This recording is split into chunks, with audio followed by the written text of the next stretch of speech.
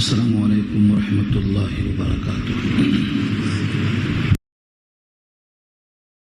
والسلام على من لا نبي بعده اما بعد فاعوذ بالله من الشيطان الرجيم بسم الله الرحمن الرحيم افمن شرح الله صدره للاسلام فهو على نور من ربه فويل للقاسوة قلوبهم من ذكر الله اولئك في ضلال مبين۔ الله نزل احسن الحديث كتابا متشابها مثاني تقشعر منه جلود الذين يخشون ربهم ثم تلين جلودهم وقلوبهم الى ذكر الله ذلك هدى الله يهدي به من يشاء ومن يضلل الله فما له من هاد الى اخر الايه۔ صدق الله العلي العظيم وصدق رسوله النبي الكريم ونحن على ذلك من الشاهدين والشاكرين۔ اللهم الهمنا رشدنا واعذنا من شرور انفسنا، اللهم وفقنا لما تحب وترضى من القول والفعل والنية۔ رب اشرح لي صدري ويسر لي امري واحلل عقدة من لساني يفقهوا قولي، آمين يا رب العالمین۔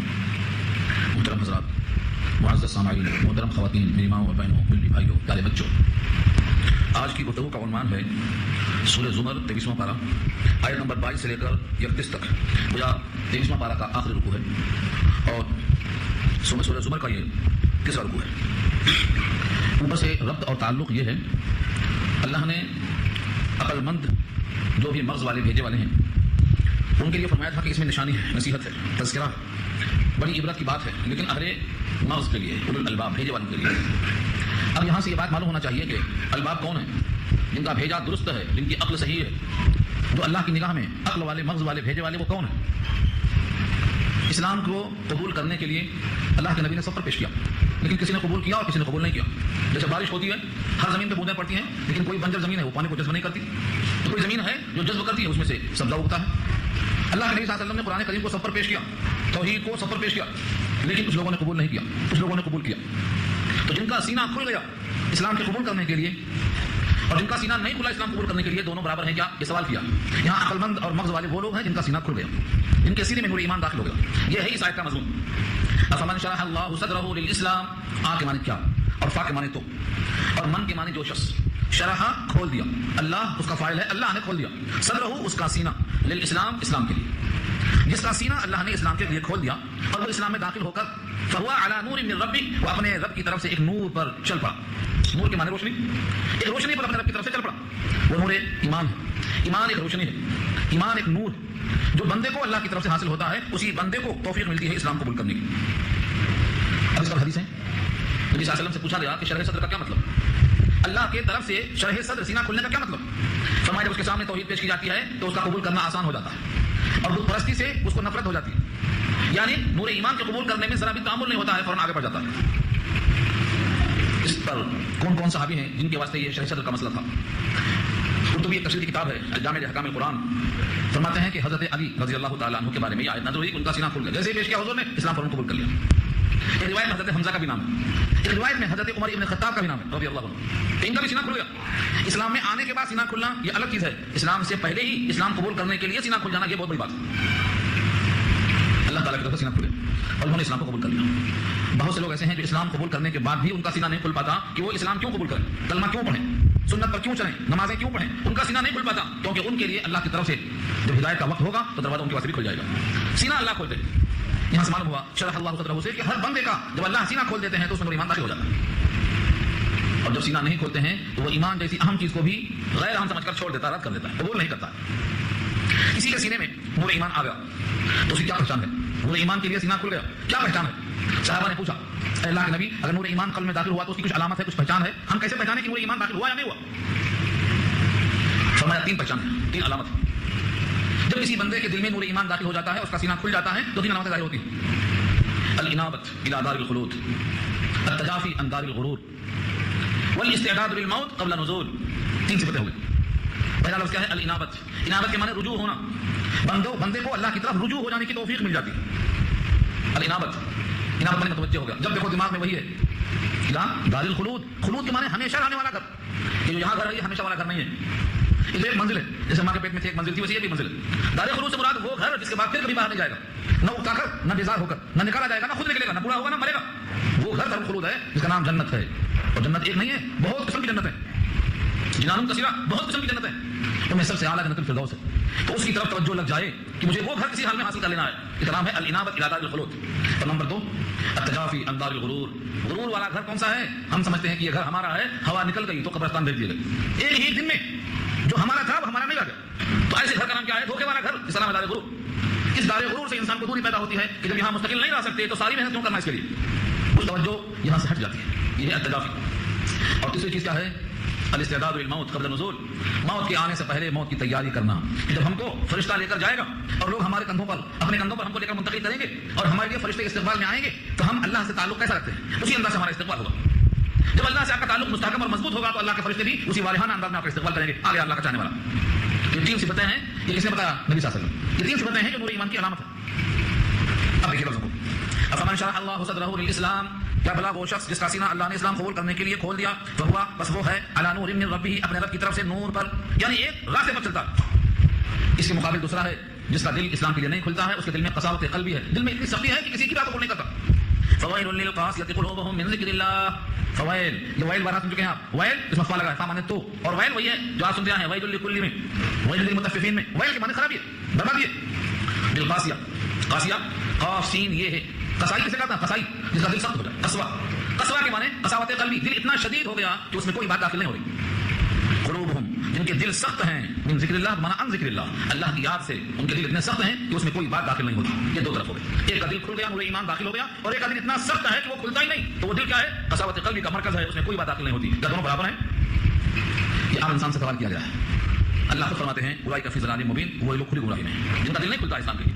مالک بن دینار فرماتے ہیں، تابعی ہیں، کہ اللہ کی طرف سے بندے پر سب سے بڑا عذاب یہ ہے کہ اس کا دل سخت کر دیا جائے، اور بندے کے لیے سب سے بڑا انعام یہ ہے کہ اس کا دل نرم کر دیا جائے۔ جس کا دل نرم ہو گیا اللہ کی طرف سے، یہ بہت بڑا انعام ہے کہ اس میں حق داخل ہوتا، اور جس کا دل سخت کر دیا گیا اس پر یہ اللہ کی طرف سے بڑا عتاب ہے کہ اس میں کوئی بات داخل نہیں ہوتی۔ اور جب بندے کے قلب میں نور ایمان داخل ہو جاتا ہے تو یہ علامت ہے کہ اس کا دل نرم ہے، قساوت قلبی نہیں ہے۔ جن کے دل بڑے سخت ہیں، پہلے پارے میں اللہ نے بیان دیا ہے، پیغام بتایا ہے کہ اتنے سخت تو پتھر بھی نہیں ہوتے، پتھروں میں سے بھی اللہ کے خوف سے بعض پتھر گر جاتے ہیں، یا بھی خشیت اللہ، اور بعض پتھر پھٹ جاتے ہیں، ان میں سے پانی نکلتا ہے، جو پانی نکلنا ان کا آنسو نکلنا۔ تو انسان کا دل اگر سخت ہو جائے تو یہ اس کے برابر نہیں ہو سکتا ہے جس کا دل نرم ہو اور اس میں اسلام داخل ہو۔ اولئک فی ضلال مبین، وہ لوگ کھلی گمراہی میں۔ تو دل کا سخت ہونا اور دل کا نرم ہونا، دل میں ایمان کا آ جانا اور دل میں ایمان کا داخل نہ ہونا، اس ترازو میں تول کر دیکھو تو اپنے اوپر اللہ کا کتنا بڑا فضل ہے کہ ہمارا دل نرم ہوا، ہم صاحب ایمان ہیں، ہمارا دل اللہ کے فضل و کرم سے ایمان کو قبول کرنے والا بن گیا۔ لیکن ایک بات ضرور کہوں گا میں، ایک تو ہے اسلام والے گھر میں پیدا ہونا اور ایک ہے مسلمان بننا، دونوں کا فرق ہے۔ بہت سے لوگ مسلمان گھروں میں پیدا ہو گئے مگر مسلمان نہیں بن سکے، اس میں بھی اللہ کا انتخاب ہوا کہ جو مسلمان گھر میں پیدا ہونے کے بعد مسلمان بننے کی توفیق ملی، یعنی اللہ کو سمجھا، اللہ کی توحید کو سمجھا، اللہ کے قرآن کو سمجھا، اللہ کے رسول کے پیغام کو سمجھا، وہ صحیح معنوں میں انسان بنا، اسلام بنا۔ اگر اس کے دل میں تمام چیزوں کے مراتب کے ساتھ عظمتیں داخل ہو گئیں تو وہ صحیح طریقے سے اسلام میں داخل ہوا، شعوری ایمان جس کو کہتے ہیں۔ اللہ تعالیٰ نے اپنے نور ایمان کے لیے ایک کتاب بھیجی ہے، اس کتاب کے اندر جو آیتیں ہیں ان آیتوں کی توصیف اللہ کو بیان کرتے ہیں۔ اللہ نزل، اللہ نے اتارا، احسن الحدیث، بہترین باتیں، احسن یہ حسن سے احسن، اس میں تفضیل ہے، یہ ڈگری سپر ہے، اس کے بعد کوئی ڈگری نہیں ہے۔ احسن الحدیث، تمام باتوں میں جو سنتا ہے مومن، بلکہ انسان جو باتیں انسان اپنے کانوں میں سنتا ہے ان میں سب سے بہتر، سب سے احسن یہ قرآن کا کلام ہے۔ کوئی دنیا کی بات اتنی اچھی نہیں ہو سکتی ہے، یہ ہے احسن الحدیث۔ حدیث کے معنی بات، کلام۔ قرآن کریم میں لفظ حدیث کئی جگہ استعمال ہوا ہے، ہم ساری آیتوں کو جمع کریں تو ایک مستقل عنوان بنتا ہے، لیکن چند آیتیں سنا دو۔ سورہ مرسلات کے آخر میں کیا کہا؟ فَبِأَيِّ حَدِيثٍ بَعْدَهُ يُؤْمِنُونَ، اب اس قرآن کے بعد کون سی حدیث، کون سی بات بچی ہے جس پر ایمان لائیں گے؟ تو قرآن کریم کیا ہے؟ حدیث ہے، بلکہ احسن الحدیث ہے، تمام باتوں میں سب سے عمدہ بات ہے۔ کتاباً، کتاب کی شکل میں ہے، کتاب معنی مکتوب لکھا ہوا ہے، متشابہاً، متشابہ کے معنی شباہت ملتی جلتی ہے، اردو میں آپ بولتے ہیں بھائی یہ لگتا ہے ان کا سگا بھائی ہے، شباہت ملتی جلتی ہے، اسی شباہت سے یہ متشابہاً ہے، یعنی آیتوں کا انداز، آیتوں کے الفاظ، آیتوں کے اندر احکامات سب ملتے جلتے ہیں، ہم شکل ہے متشابہ، آیتیں باہم متشابہ۔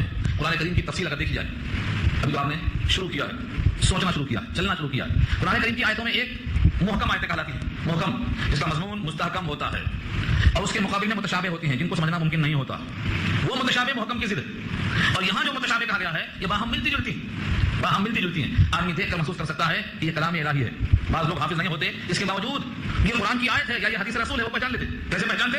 فرماتے ہیں کہ ان آیتوں کا نور الگ ہوتا، حدیثوں کا نور الگ ہوتا، عام انسانی کلام کا نور الگ ہوتا، پہچان لیتے اس، تو یہ آیتیں باہم متشابہ ہیں۔ تو صفتیں کتنی ہو گئی؟ نمبر 1 احسن الحدیث، سب سے عمدہ بات۔ نمبر 2 کیا ہے؟ یہ اللہ نے اتارا ہے، اللہ نے بھیجا ہے، اللہ کی بھیجی ہوئی چیز اللہ کی شان کے مطابق ہوگی، اللہ کے صفات میں سے۔ اور نمبر 3 کتاب ہے، یکجا ہے، ڈھونڈنے کی تلاش کرنے کی ضرورت نہیں ہے۔ نمبر 3 کیا ہے؟ یکجا ہے، کتاب کی شکل میں ہے، مکتوب کی شکل میں ہے، متشابہ ہے، باہم ملتی جلتی ہے. یہاں بھی توحید کے دلائل، وہاں بھی توحید کے دلائل، یہاں بھی زمین کا ذکر، وہاں بھی زمین کا ذکر، یہاں بھی پانی کا ذکر، وہاں بھی پانی کا ذکر. یہ کیا ہے؟ مضمون کے لحاظ سے متشابہ ہے تاکہ بار بار ایک چیز کو سمجھایا جائے مختلف زاویے سے اور توحید دل میں بیٹھ جائے، پھر آخر دل میں بیٹھ جائے. اس کے متشابہ ہے مضمون کے اعتبار سے.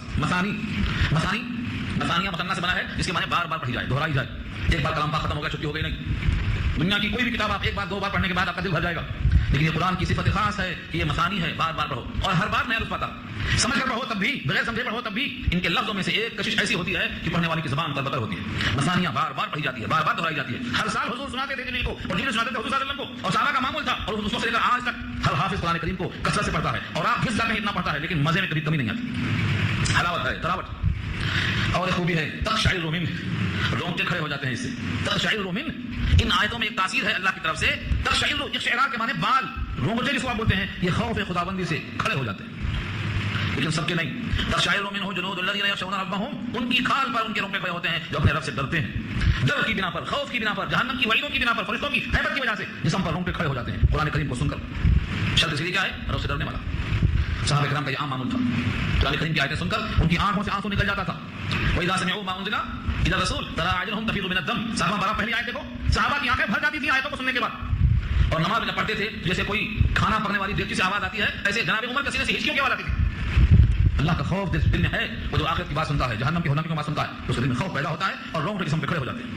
ثم پھر تلین جلودهم وقلوبهم الى ذکر اللہ، پھر نرم پڑ جاتے ہیں ان کی کھالوں پر. یعنی جب رحمت کی آیتیں آتی ہیں، رحمت کی، شفقت کی، عطاؤں کی، نعمتوں کی اور فرشتوں کی طرف سے استقبال کی اور جنت کے تازگی اور بہاروں کی، تو پھر ان کی کھالیں نرم پڑ جاتی ہیں. ثم تلین، تلین کے معنی نرم پڑ جانا. جلودهم، ان کی کھالیں نرم پڑ جاتی ہیں، بدن اور دل نرم پڑ جاتے ہیں. وقلوبهم، اور ان کے دل متوجہ ہو جاتے ہیں الى ذکر اللہ، اللہ کی یاد کی طرف لگ جاتے ہیں. یہ قرآن کے اوصاف. آپ قرآن کریم کے اوصاف کو یہ سب تلاش نہ کریں، اور بھی جگہوں میں ہیں، لیکن یہاں اشارہ یہ کیا ہے کہ قرآن کریم ان کو سمجھ میں آئے گا جن کے دل میں خدا کا خوف ہوگا اور جو عقل مند والے ہیں، جن کے لیے سینہ کھل گیا. سب کا سینہ نہیں کھلتا، اللہ سے دعا کرنا چاہیے. اسی واسطے رب اشرح لی صدری کی دعا کثرت سے پڑھنا چاہیے. اے میرے رب میرا سینہ کھول دے. حضرت موسیٰ کا جب دل تنگ ہوا تو انہوں نے یہی دعا کی تھی، رب اشرح لی صدری. تو یہ دعا کرنے سے سینہ کھل جاتا. اگر کسی کافر کا سینہ تنگ ہوا، نبی صلی اللہ علیہ وسلم نے اس کے سینے پر ہاتھ رکھ کر دعا کی، اس کا سینہ کھل گیا، اللہ نے کھول دیا سینہ اس کا. نبی کے معجزات میں آئیے تو دل کا کھولنا یہ اللہ کے قدرت میں ہے. اللہ فرماتے ہیں ذالک ھدی اللہ یہدی بہ من یشاء، یہ اللہ کی ہدایت ہے، وہ ہدایت دیتا ہے جس کو چاہتا ہے اپنے بندوں میں سے. اللہ کی شان ہے، وہی قرآن ہے، وہی نبی کی زبان ہے، وہی مکہ کی زمین ہے، وہی نبی کے بول ہیں. ابو جہل کو سنایا قرآن مگر دل نہیں کھلا اللہ کی طرف سے. ابو جہل کے بیٹے کو سنایا، اس کا دل کھل گیا، اسلام میں آگے رضی اللہ بن گئے. یہ اللہ کی شان ہے، جس کا دل کھولنا چاہے کھول دے. ذالک ھدی اللہ، یہ اللہ کی ہدایت ہے، یہدی بہ من یشاء، جس کو چاہتے ہیں اس کتاب کے ذریعے ہدایت دے دیتے ہیں. ومن یضلل اللہ، اور جس کو اللہ گمراہ کر دیں، فما لہ من ہاد، نہیں ہے اس کے لیے کوئی ہدایت کرنے والا. فما لہ من ہاد، اس کا کوئی ہادی نہیں ہو سکتا. جس کو اللہ گمراہ کر دیں اس کی ہدایت کے لیے کوئی سامان فراہم نہیں ہو سکتا. یہ جملہ ہم بارہ سنتے ہیں، خطبوں میں سنتے ہیں، خطبہ نکاح میں سنتے ہیں. یہی جملہ ہے، فما لہ من ہاد، اس کا کوئی ہادی نہیں. اسی لیے ہر بندہ اہدنا الصراط المستقیم میں براہ راست اللہ سے کہتا ہے ہمارے لیے راستہ کھول دیجیے. ہدایت کیا ہے؟ چلانا ہے، صراط مستقیم پر لے کے چلانا ہے. جس طرح ایک چھوٹا بچہ اپنے باپ کی انگلی پکڑ کے چلتا ہے، ایسے ہی قرآن کریم کے ذریعے سے مومن اس راستے پر چلتا ہے یہاں تک جنت میں پہنچ جاتا ہے. یہ ایک گروہ کا حال بیان کیا اللہ نے. دوسرا گروہ کیا ہے؟ جو قیامت میں ہاتھ پیر باندھ کے جہنم میں پھینکا جائے گا. دنیا کا دستور یہ تھا کہ جب کوئی پریشانی اور کوئی آفت آتی تو آدمی اپنے چہروں پر مار پڑنے کے خوف سے ہاتھ بڑھاتا ہے اور ہاتھ اس کو روکنا چاہتا ہے. دیوار گرتی ہے تو ہاتھ اٹھاتا ہے اپنے آپ کو بچانے کے لیے. لیکن اللہ فرماتے ہیں قیامت میں یہ شخص جو کہ بندھا ہوا ہوگا اور یہ اپنے ہاتھ کو کھول کر دفاع نہیں کر سکے گا تو اپنے چہروں کے بل دفاع کرنا پڑے گا. تو بھلا وہ شخص جو عذاب کا مقابلہ اپنے چہروں سے کرے گا وہ بہتر ہے یا یہ بہتر؟ افمن یتقی بوجهه سوء العذاب یوم القیامہ، کیا بھلا وہ شخص جو بچتا ہے اپنے چہروں کے ذریعے سے برے عذاب کو قیامت کے دن، یعنی قیامت کے دن برے عذاب سے بچانے کے لیے اپنے چہرے پر بناتا ہے کیونکہ ہاتھ بندھا ہوا 70 گز لمبی زنجیروں میں جکڑا ہوا ہوگا، یہ اپنے ہاتھ سے نہیں کھول سکے گا تو اپنے عذاب کو چہروں کے بل روکے گا. یہ اچھا ہے یا وہ اچھا ہے؟ وقیلا، اور کہا جائے گا ظالمین، ظلم کرنے والوں سے. ظلم کرنے والوں کی دو قسمیں، ایک ظالم جو دوسروں پر ظلم کرتا ہے اور ایک وہ ظالم جو خود اپنے اوپر ظلم کرتا ہے. جو اپنے اوپر ظلم کرتا ہے اس سے مراد ہے شرک کرتا ہے اور اپنے آپ کو جہنم کے لائق بناتا ہے. یہ کیا ہے؟ ظالم لنفسہ، اپنے آپ پر ظلم کرتا ہے. اس کو یہ پتہ نہیں ہے کہ میرا یہ شرک کرنا مجھے جہنم میں لے کر جائے گا مگر مسلسل کرتا ہے تو یہ ظالم لنفسہ ہے، اپنے آپ پر ظلم کرتا ہے. وقیل للظالمین، اور کہا جائے گا ظالموں سے ذوقوا، چکھو، ما کنتم تکسبون، جو کچھ تم کما کر لائے ہو چکھو، جو کچھ تم کیا کرتے تھے اس کا مزہ چکھو. معلوم یہ ہوا ہر گناہ کی جزا اور سزا اللہ تعالیٰ شکلوں میں ڈھالیں گے. جیسے نماز کا بدلہ دیں گے کسی شکل میں، ایسے ہر گناہ کی بھی سزا دیں گے کسی شکل میں. یہاں وہی مجاز جو تم کیا کرتے تھے، جو تم گناہ کما کر لایا کرتے تھے، اب اس کا مزہ چکھو. یہاں پر جھوٹ کا انجام، یہاں تو جھوٹ بولتے ہیں ہوا میں اڑ جاتا، لیکن جھوٹ کا وہاں ایک نقشہ پیش کر کے اللہ تعالیٰ بتائیں گے کہ تم نقشہ یہ ہے وہ جھوٹ تم جو بولا کرتے تھے، اب چکھو اس کا مزہ. سزا اس کی ہے جس طرح زکات نہ دینے کی سزا ہے، نماز نہ پڑھنے کی سزا ہے، ایسے ہی غیبت کرنے کی سزا ہے، بے وفائی غداری کی سزا ہے. ایسے ایک شکل دیں گے اللہ پر. فرمایا جو تم کمایا کرتے تھے اس کا زکات چکھو. کذب الذین من قبلہم، جھٹلایا ان لوگوں نے جو ان سے پہلے گزرے ہیں. کذب، جھٹلایا، الذین من قبلہم، ان لوگوں نے جو ان سے پہلے گزرے ہیں. فاتاہم العذاب، تو آیا ان کے پاس عذاب من حیث لا یشعرون، اس حیثیت سے یعنی اس مقام سے کہ ان کو شعور بھی نہیں ہوا کہ عذاب ہے. جیسے مثال کے طور پر لوگوں نے بادل دیکھا اور سمجھا کہ یہ تو بادل ہے اب برسے گا. سورہ احقاف پارہ 26 میں دیکھ لو، بادل دیکھ کر لٹو ہو گئے، بھاگ کے شہر سب آگے باغ میں ٹھہر گئے اور سمجھا کہ تو بادل ہے، ھذا عارض ممطرنا، اب برسنے والا ہے. اللہ فرماتے ہیں یہ بادل برسنے والا نہیں ہے، بلکہ یہ کیا ہے، وہ عذاب ہے تم جس کی جلدی مچا رہے تھے. اب اس میں سے ہوا نکلے گی جس میں المناک عذاب ہوگا، ریح فیہا عذاب غلیظ. تو کیا ہوا، بادل سے امید تھی کہ عذاب آئے گا، بادل سے امید تھی کہ بارش آئے گی. تو جس مقام سے انسان کو امید نہیں ہوتی ہے عذاب آنے کی، اللہ وہاں سے بھی عذاب بھیج دیتے ہیں. ہواؤں سے کیا خطرہ، ہوائیں عذاب بن جاتی ہیں. بارش سے کیا خطرہ، بارش عذاب بن جاتی ہے. گھروں سے کیا خطرہ، گھر سر پہ گرا دیتے ہیں اللہ تعالیٰ. اللہ قادر ہے اس کے اوپر، یہ علم ہے جو شروع اسے خبر بھی نہیں ہوتی ہے کہ ہم پر عذاب کہاں سے ہے. فَأَذَاقَهُمُ اللَّهُ الْخِزْيَ فِي الْحَيَاةِ الدُّنْيَا وَالْعَذَابُ الْآخِرَةِ أَكْبَرُ لَوْ كَانُوا يَعْلَمُونَ. اللہ فرماتے ہیں چکھایا ان کو اللہ نے رسوائی کا عذاب دنیا کی زندگانی میں. جتنے لوگ اللہ کی کتاب سے انحراف کرنے والے تھے، چاہے وہ بدر میں مارے گئے، احد میں مارے گئے، لیکن آخر تک وہ مارے کاٹے چلے گئے، ان میں سے ہر ایک کو رسوائی کا سامنا کرنا پڑا. فَأَذَاقَهُمُ اللَّهُ، ان کو چکھایا اللہ نے الخزي، رسوائی، فی الحیات الدنیا، دنیا کی حیات میں، دنیا کی زندگانی میں. اور دنیا کا عذاب پا کر قصہ ختم ہو گیا، ایسا نہیں. وَلَعَذَابُ الْآخِرَةِ أَكْبَرُ، اور آخرت کا عذاب بہت بڑا ہے. اکبر کے معنی سب سے بڑا، اللہ اکبر کہتے ہیں، اللہ سب سے بڑا. تو آخرت کا جو عذاب ہے وہ ہر عذاب سے سب سے بڑا عذاب ہے. لو كانوا يعلمون، کاش لوگ جان لیتے، کاش لوگ اس بات کو سمجھ لیتے. دنیا کے ادنا عذاب کی وجہ سے آخرت کا راستہ بھول جاتے ہیں، لیکن دنیا کے مقابلے میں آخرت کا عذاب بہت سخت ہے. کاش لوگ اس کو جان لیتے. یہاں سے اللہ نے ایک مثال دی ہے، وَلَقَدْ ضَرَبْنَا لِلنَّاسِ، اور البتہ تحقیق بیان کیا ہم نے لوگوں کے لیے، فی ھذا القرآن، اس قرآن میں، من کل مثل، ہر قسم کی مثال. قرآن کریم میں اتنی مثالیں ہیں، ضرب الامثال، مختلف مثالیں کیوں دی گئی، تاکہ دل میں بات بیٹھے مختلف زاویے سے. انسان کمزور عقل والا ہے اس کے لیے، بہت ذکی اور فہیم ہے اس کے لیے، یعنی ہر انسان کے طبقے کے لیے، تاکہ کہیں نہ کہیں جا کر بات دل میں بیٹھ جائے. تو سر رکھنا اور پھیر کے لانا، یہ اللہ کی کتاب میں خاصیت ہے. ضربہ کا معنی مارنا ہے، لیکن جب ضربہ کے ساتھ مثال اور مسئلہ آ جائے تو معنی مثال دے کے مارنا. ہمارے اردو میں کہتے ہیں شال میں لپٹ کے مارنا، یعنی ایسی بات کہنا جو مثالوں میں سامنے آ جائے. تو ضربہ کے معنی مارنا، مثال اور مسئلہ آئے تو کہاوت اور مثال دے کے مارنا. اور الارض آ جائے تو زمین پہ مارنا، پیروں سے مراد سفر کرنا. اللہ نے اس قرآن کریم میں لوگوں کی ہدایت کے لیے بیان کی مثالیں، من کل مثل، ہر قسم کی مثالیں دی ہیں. لعلہم یتذکرون، شاید کہ وہ لوگ تذکر کریں، شاید کہ وہ لوگ دھیان کریں، شاید کہ ان کے سمجھ میں آ جائے. اللہ تعالیٰ نے مثالیں پیش کی ہیں. قرآن کریم کی ساری مثالوں کو اکٹھا کیا جائے تو ایک مستقل کتاب بنے گی. کتنی مثالیں دی ہیں اللہ نے. اب آپ کے سامنے قرآن کریم ہے. قرآن کریم کی صفات آ چکی ہیں. اللہ نے قرآن کریم کو عربی زبان میں رکھا ہے اور فرمایا کہ اس میں کوئی کجی نہیں ہے، کوئی طرح پر نہیں ہے. اگر تم سوچو تو تمہاری نفسیات کا، تمہارے دماغ کا، تمہارے فہم کا بالکل پاس و لحاظ کرتے ہوئے بات کی گئی. کسی بھی مقام پر آپ کو تضاد نہیں ملے گا. قرآن عربین، قرآن ہے عربی. عربی کیوں؟ کیونکہ جو پہلے مخاطب تھے سید الانبیاء، ان کی زبان عربی تھی، اور وہ جن کو سمجھانے والے تھے ان کی زبان بھی عربی تھی. اور اس کے بعد جو لوگ آئیں گے، دنیا کی سب سے اہم زبان عربی ہے، کیونکہ اس کے اندر جو طریقہ ہے زبان کو سمجھانے کا دنیا کی کسی زبان میں نہیں. اسی واسطے آقا نے فرمایا عربی سیکھو 3 وجہوں سے. عربی سے محبت کرو 3 وجہوں سے. احب العرب لثلاث، 3 وجہوں سے. پہلی وجہ لأنی عربی، کیونکہ میں عربی ہوں. ولسان اہل الجنت عربی، اور زبان جنت والوں کی عربی ہے، اور تم کو جانا ہے جنت کے اندر. اور تیسری وجہ یہ ہے کہ قرآن عربی میں ہے اور جو ذریعہ ہدایت ہے. تو جنت کی زبان عربی، قرآن کی زبان عربی، رسول اللہ کی زبان عربی، اس لیے تم کو عربی سے محبت کر کے اس کو سیکھنا. تو قرآن عربی میں ہے. ایک تو مخاطب عربی ہیں، پہلے مخاطب، اور دوسرے قرآن کریم میں جو عربیت ہے، اس میں جو مضامین ہیں وہ عربی زبان کے اندر جذب کرنے کی صلاحیت ہے، بلاغت ہے. اسی میں وہ خوبی ہے کہ ہر بات کو صحیح ڈھنگ سے پیش کیا جا سکے. اس کا مفہوم سمجھانا آسان ہوتا ہے. آج دیکھیے آپ دنیا میں کروڑوں انسان ہیں جو اہل عرب میں سے نہیں ہیں. آپ ہی کی طرح اجمی ہیں، گاؤں والے، دیہاتی ہیں، لیکن ان کو اللہ نے عربیت کی زبان آسان بنا کر کے ایسا پیش کر دیا ہے کہ ایک ایک لفظ سمجھ میں آتا ہے. یہ قرآن کریم کا اعجاز ہے. قرآن عربی غیر ذی عوج، غیر ذی عوج، عوج کے معنی کجی، ٹیڑھاپن. اس قرآن کریم میں کوئی ٹیڑھاپن نہیں ہے، کوئی کجی نہیں ہے. آپ سورہ فاتحہ سے سورہ ناس تک کہیں پڑھ لیجیے، کسی مقام کو کھول لیجیے، کسی مقام پر آپ کو کجی نظر نہیں آئے گی کہ بھائی ہمارے دل کو نہیں لگ رہی، ہمارے سر سے اوپر جا رہی، یا ایسی بات ہے جو ہضم نہیں ہو رہی. کسی بھی مقام پر آپ کو کوئی کجی نہیں ملے گی، غیر ذی عوج. اور اللہ نے فرمایا دوسرے مقام پہ اگر یہ قرآن اللہ کے غیر کے پاس سے آتا تو اتنی بڑی کتاب میں جگہ جگہ تضاد ملتا. تضاد کا مطلب اپوزٹس، یہاں یہ کہا وہاں یہ کہا، وہاں یہ کہا وہاں دوسرا کہا. کیونکہ یہ کتاب اللہ کی طرف سے ہے اور اللہ کا جو علم ہے وہ سارے علوم کو گھیرے ہوئے ہے، ساری چیزوں کا احاطہ کیے ہوئے ہے. اس لیے کو تضاد نہیں ملتا. اگر اللہ کے غیر کے پاس ہوتا تو اختلاف ملتا. تو قرآن کریم کی خوبی یہ ہے کہ اس میں کوئی کجی نہیں، کجی ہے ہی نہیں. اور یہ بات سورہ کہف کے شروع میں کہی گئی ہے، الحمدللہ الذی انزل علی عبدہ الکتاب ولم یجعل له عوجا. وہی عوجا یہاں بھی ہے، کجی نہیں ہے اس کتاب میں. اللہ کا شکر ہے جس نے اپنے بندے پر کتاب بھیجی. اس کتاب میں کوئی کجی نہیں، عربی زبان ہے، سمجھنا سمجھانا سب آسان ہے. لعلہم یتقون، شاید کہ وہ لوگ متقی بن جائیں، شاید کہ وہ لوگ ڈر جائیں. اس کتاب میں جب کجی نہیں ہے تو بات دل میں اترے گی، اور جب بات دل میں اترے گی تو ڈر خوف پیدا ہوگا. اصل بات جو سمجھانا ہے وہ یہ ہے کہ اس کلام کے ذریعے سے ہم تمہیں اہم ہدایت دینا چاہتے ہیں. دنیا میں اب کوئی کتاب کوئی کلام اس سے احسن اس سے افضل اس سے عمدہ نہیں ہو سکتا. اگر اس پر بھی ایمان نہیں لائیں گے تو سمجھو سینہ آپ کا نہیں کھلا اور سینہ میں اللہ کی طرف سے نور داخل نہیں ہوا, نور ایمان داخل نہ ہوا تو پھر راستہ بند ہو گیا. تو یہ بہت اہم چیز ہے کہ قرآن سب سے آخری چیز ہے جو انسان کے دل کو کھولنے میں اہم سبب بن سکتی ہے. اب اللہ نے ایک مثال دے کے بتایا توحید اور شرک دونوں کو سمجھو. ایک آدمی ہے, نوکر ہے, وہ نوکر کے 4 مالک ہیں یا 2 مالک ہیں. ایک بولتا ہے میرے پاس آؤ چائے لے کے آؤ, دوسرا بولتا ہے میرے پاس آؤ تو کیا لے کے آؤ. اب یہ خادم ہے, ادھر جاؤں رے یا ادھر جاؤں, سوچ رہا ہے کیا کروں. یا اگر دونوں مالک اجڑ ہیں, سخت مزاج ہیں, گالی گلوچ کر کے تھپڑ مارنے والے ہیں اور ایسی حالت میں دونوں طرف پکار رہے ہیں تو کیا کرے گا, کدھر جائے گا.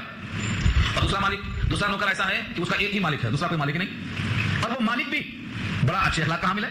وہ مالک بھی ایسا ہے جو اپنے نوکر کا بڑا خیال کرتا ہے. اب مجھے بتاؤ کیا دونوں برابر ہیں؟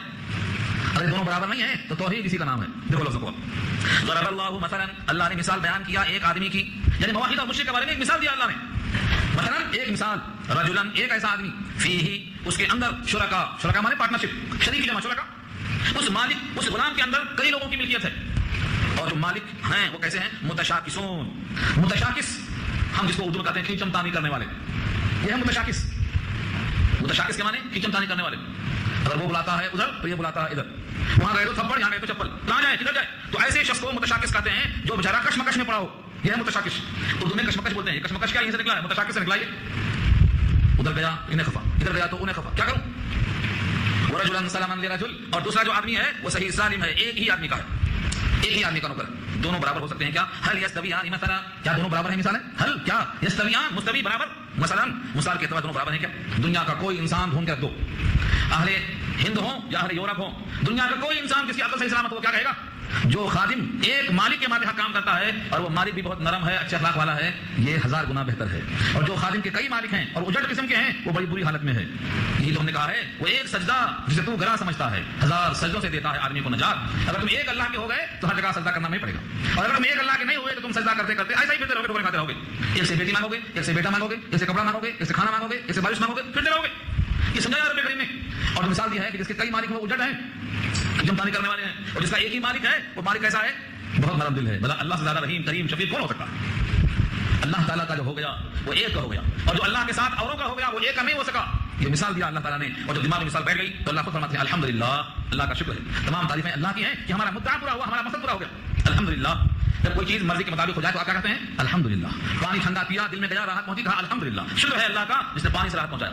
تو یہ بھی اللہ کا شکر ہے جس نے توحید سے ہمارے قلب کو معمور کر دیا اور جہالت سے ہم کو بچا لیا. الحمدللہ. بل اکثرهم لا يعلمون, بلکہ ان میں سے اکثر لوگ نہیں جانتے, یعنی اس مثال کے ذریعے سے توحید کی خوبی کو نہیں جانتے, اور اس مثال کے ذریعے سے شرک کی خرابی کو نہیں جانتے. اسی واسطے لوگ پڑے ہوئے ہیں. بل اکثرهم, اور اکثریت کا یہ حال ہے. اکثرهم کے معنی ان میں سے اکثر لوگ اس بات کو نہیں جانتے, اور اس نہ جاننے کی وجہ سے کیا کرتے ہیں.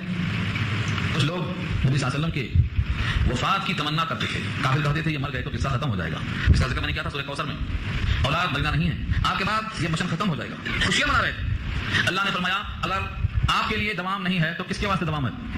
خوشی کی بات تو جب ہوتی جب دنیا میں تم باقی رہتے خوشی ہونے کے لیے, مگر یہاں تو سب کا راستہ وہی ہے. وما جعلنا لبشر من قبلك الخلد افإن مت فهم الخالدون. ہم نے اس دنیا میں جاویدگی اور ہمیشگی کسی کے واسطے نہیں رکھا ہے. کیا آپ وفات پا جائیں گے, یہ لوگ باقی رہیں گے؟ سورہ انبیاء میں اللہ نے پوچھا, وہی بات یہاں کہی جا رہی ہے. جو لوگ کہہ رہے ہیں کہ آپ وفات پا جائیں گے اور قصہ ختم ہو جائے گا, ان کو خوشی کا موقع جب ہوتا ہے جب یہ زندہ رہتے, اور حالت یہ ہے انک میت وانہم میتون, آپ بھی وفات پانے والے ہیں اور یہ بھی وفات پانے والے ہیں. سوچا اب خوشی کا موقع کہاں ہے؟ انک بے شک آپ. قرآن کریم کا لہجہ حق بات کو بیان کرنے کے لیے اتنا کھڑا ہے کہ اگر ذرہ برابر بھی انصاف لے کر بیٹھتا ہے انسان تو اس کے دل میں بغض ہوتی ہے. انک میتون, دیکھو لفظ میت میں تشدید ہے. ایک تو ہے میت اور ایک میت تشدید کے ساتھ جب آتا ہے تو اس کے معنی ان قریب آئندہ وفات پانے والے, اور میت جو بولتے ہیں مر چکا, ختم ہو چکا. تو انک میتون, بے شک اے نبی آپ وفات پانے والے ہیں. وانہم میتون, اور بے شک وہ لوگ بھی وفات پانے والے ہیں. دنیا سے گزرنا ہر ایک کو ہے, یہاں کوئی رہنے والا نہیں ہے. اس صاحب نے بڑا اچھا شعر لکھا, ہم کیا رہیں گے جب نہ رسول خدا رہے. اس کائنات میں اگر کوئی رہتا تو اللہ کے نبی لاتے, محبوب ہے اللہ کے, لیکن اس کائنات میں کسی کو دوام نہیں, سب کو جانا. اب اس پر سوال کیا شارحین نے کہ یہ کہانی کی ضرورت کیا تھی کہ آپ جانے والے ہیں وہ لوگ بھی جانے والے ہیں, کیا حاجت یہاں بیان کرنے کی. توحید میں اور شرک میں جو بات چل رہی تھی اس میں کیا جوڑا اس چیز کا, کیونکہ بت پرست اور مشرک لوگ چاہتے تھے کہ آپ کی وفات ہو جائے اور ہمارے بتوں کی مذمت بند ہو جائے, خوشی منائیں گے ہم. اس کا جواب یہ دیا گیا ہے خوشی منانے کا موقع تو جب ہوتا ہے جب آپ لوگ نہ مرتے, اور یہی ہمیشہ ہمیشہ مزہ کرتے, لیکن آپ کو بھی مرنا ہے, اسی جگہ سے گزرنا ہے, زیادہ خوشی کا موقع نہیں. امام قرطبی لکھتے ہیں یہ ایک مقصد اور بھی ہے, انہوں نے بہت سے لکھے مقاصد, مگر میں اس میں سے چند سناتا ہوں. نبی صلی اللہ علیہ وسلم دنیا سے جب گزر کے جائیں تو لوگوں میں اختلاف نہ ہو کہ نبی کی موت آ سکتی یا نہیں آ سکتی, کہیں جھگڑا نہ پیدا ہو. پھر بھی جھگڑا ہوا. آپ یاد ہے قصہ, جب سید الانبیاء کی روح پرواز کر گئی اللہ کے پاس پہنچ گئی تو حضرت عمر نے تلوار کھینچ لیا, اور کہا جو کہے گا کہ محمد کا انتقال ہوا ہے صلی اللہ علیہ وسلم میں اس کی گردن مار دوں گا. تلوار لیے کھڑے ہو گئے اور کوئی نہیں تھا عمر کو بٹھانے والا سوائے خلیفہ اول سیدنا ابو بکر صدیق رضی اللہ تعالیٰ عنہ کے. وہ آ کے فرماتے ہیں علی کا انتظر سے عمر تجھ پر لازم ہے بیٹھ جاؤ. بیٹھا دیا ان کو اور انہوں نے یہ آیت پیش کیا انک میت و انہم میتون اور سورہ محمد کی آیت پیش کیا. اور چوتھے پارے کی جو آیت ہے وما محمد الا رسول قد خلت من قبلہ الرسل افإن مات یہ پوری طویل آیت کو پیش کیا. بعض صحابہ کہتے ہیں یہ آیت قرآن میں ہے ایسا لگ رہا تھا کہ آج نازل ہو رہی ہے. پہلی بار جب موقع پر پڑھی گئی تو لگتا تھا کہ آج نازل ہوئی. تو یہ مقصد تھا کہ نبی کی وفات کے بعد کچھ لوگوں کو خیال نہ آنے پائے کہ نبی کی وفات ہو ہی نہیں سکتی ہے. اس خیال کی خاطر بھی ان آیتوں کو اللہ نے پیش کر دیا کہ دنیا تو گزرگاہ ہے منزل تو جنت ہے. جنت میں ان کا استقبال ہو رہا ہے اور جیسے ہی مومن کی روح قبض کی جاتی ہے جنت میں ان کا استقبال ہوتا ہے. کھڑکیاں کھل جاتی ہیں ہوائیں آتی ہیں لباس آتا ہے غذائیں آتی ہیں اور سبز فوٹو میں جس طرح سے شہید ٹہلتا ہے ہر مومن بھی ٹہلتا ہے اللہ تعالیٰ کا اکرام. تو انک میت و انہم میتون بے شک آپ بھی وفات پانے والے ہیں اور وہ لوگ بھی وفات پانے والے ہیں. وفات سے چھٹکارا کسی کو نہیں. اب یہاں سے دل میں بات اٹھا لو اس کائنات میں اگر کسی کو محبوبیت کے باوجود بھی بلا لیا گیا ہے تو آج نہیں کل ہمارا بھی وقت آنے والا ہے اور ہمیں اس مالک کے پاس حاضر ہونا ہے. اور حاضر ہو کر یوں ہی نہیں چھوڑ دیا جائے گا بلکہ آگے دیکھو ثم انکم یوم القیامت عند ربکم تختصمون پھر بے شک تم قیامت کے دن اپنے رب کے سامنے تختصمون جھگڑا کرو گے. جھگڑا کا مطلب ایک مقدمہ پیش کرو گے تم ان کے خلاف اور تمہارے خلاف. یہ ہے تختصمون. اختصام خصیم سے بنا ہے دونوں فریق مقدمہ پیش کریں گے. سب سے پہلا مقدمہ کس کا ہوگا معلوم ہے؟ سب سے پہلا مقدمہ اللہ کی جناب میں فیصلے کے واسطے کس کا آئے گا؟ میاں اور بیوی کا. میاں اور بیوی کا جھگڑا سب سے پہلا جو فیصلہ ہوگا اللہ کے سامنے پیشی ہوگی تو میاں اور بیوی کی. شوہر اور مرد شوہر نے اپنی بیوی پر اگر شک کیا ہے غلط تہمتیں لگائی ہیں الٹا پلٹا کچھ کہا ہے اس کے عفت کے بارے میں کوئی لفظ ایسا کہا ہے کہ دل میں چرکا بن گیا ہے زخم لگ گیا ہے تو وہاں ان کو ثابت کرنا پڑے گا. اور اگر بیوی نے شوہر کی ناشکری کی ہے ناقدری کی ہے ان کے احسانات کے باوجود یہ کہہ دیا ہے کہ جب تمہارے ساتھ آئی ہوں میرا مقدر پور گیا تم سے مجھے کبھی راحت نہیں ملی ان دونوں کا حساب کریں گے اللہ تعالیٰ کیونکہ دونوں آپس میں بہت قریب ہیں. اس لیے NOC ملنا ضروری ہے. نو آبجیکشن جب تک نہیں ملے گا دونوں پکڑے جائیں گے دونوں کی پکڑ ہوگی. اسی آیت پر لکھا ہے سب سے پہلے ان دونوں کا مقدمہ پیش ہوگا اس کے بعد دوسرے اقارب آئیں گے. ماں باپ کا ذکر بعد میں آئے گا پڑوسی کا بعد میں آئے گا کھیت خریدا تھا دبایا تھا بعد میں آئے گا. سارے مقدمات بعد میں آئیں گے. پہلا مقدمہ ہوگا میاں بیوی کا اور آخرت تک بات مرنے کے بعد جائے گی. آج ہی جا کر دیکھ لو 60,000 کیس صرف عورتوں کے ہیں طلاق اور خلا کے لیے. کہیں دور نہیں ہے. آپ آؤ عورتوں کی عدالت میں. یہ طلاق اور خلا کیا مطلب یعنی آدمی کو صبر نہیں قرار نہیں. یہ چاہتا ہے کہ جنت کی راہ نہیں مل جائے ان کی غلطیوں پر یہ بروف ہوگا اور ان کی کوتاہیوں پر یہ غصہ اور جلال میں. جب تک صبر نہ ہو ہر جگہ جب برتن دو چار ہوتے ہیں تو کھٹ کھٹ تو ہوتی ہے لیکن صبر کر لو برداشت کر لو کیونکہ حضور پاک کا ارشاد ہے تم میں سب سے بہتر انسان وہ ہے جو بہتر ہو اپنی بیوی کے حق میں اور میں اپنی بیوی کے حق میں سب سے بہتر ہوں. حضور نے کہا خیرکم لاہلی وانا خیرکم لاہلی. تم میں سب سے بہتر انسان وہ ہے جو بہتر ہو اپنی بیوی کے حق میں. اور پھر آخر نے فرمایا کہ میں اپنی بیوی کے حق میں سب سے بہتر ہوں. جبکہ وہاں آپ کی طرح ایک ہی بیوی نہیں تھی. یہاں ایک ہی بیوی جھگڑا ہو رہا ہے وہاں تو 9 بیویاں تھیں. اس کے باوجود آپ نے سب کی دلجوئی کی اور دنیا کی جب راحتیں مانگا ان عورتوں نے تو آپ نے کہا دیکھو میرے پاس پیسہ ہی رہنا پڑے گا. راحتیں چاہتی ہو میں تم کو چھوڑنے کو تیار ہوں دنیا جا کے حاصل کر لو میرے پاس آنا ہے دوبارہ آخرت کی فکر کرو. سورہ احزاب 22واں پارہ میں تفصیلی بات آ چکی ہے. تو اس آیت کا اثر کیا نکلا؟ قیامت میں صرف پیشی نہیں ہوگی کہ مرنے کے بعد چھٹی ہے اپنے رب کے پاس حاضر ہوگی اور مقدمات پیش کیے جائیں گے اور ہر انسان کے لیے وہ مرحلہ بڑا کٹھن ہوگا. جو وہاں کامیاب ہو گیا وہ ہر جگہ کامیاب ہو جائے گا. یہ مطلب ہے ثم انکم یوم القیامۃ عند ربکم تختصمون پھر بے شک تم لوگ قیامت کے روز اپنے رب کے پاس عملی فیصلہ ہوگا اور تم باہم جھگڑو گے مقدمہ پیش کیا جائے گا. یہاں پر پارہ 23 ختم ہو گیا. 24واں پارہ شروع ہو رہا ہے اور نیا رکوع شروع ہو رہا ہے اور اس مضمون کو انشاءاللہ ہم آئندہ رکھیں گے. آپ دعا کر لیجیے کہ اللہ تعالیٰ عمل کرنا آسان فرمائے.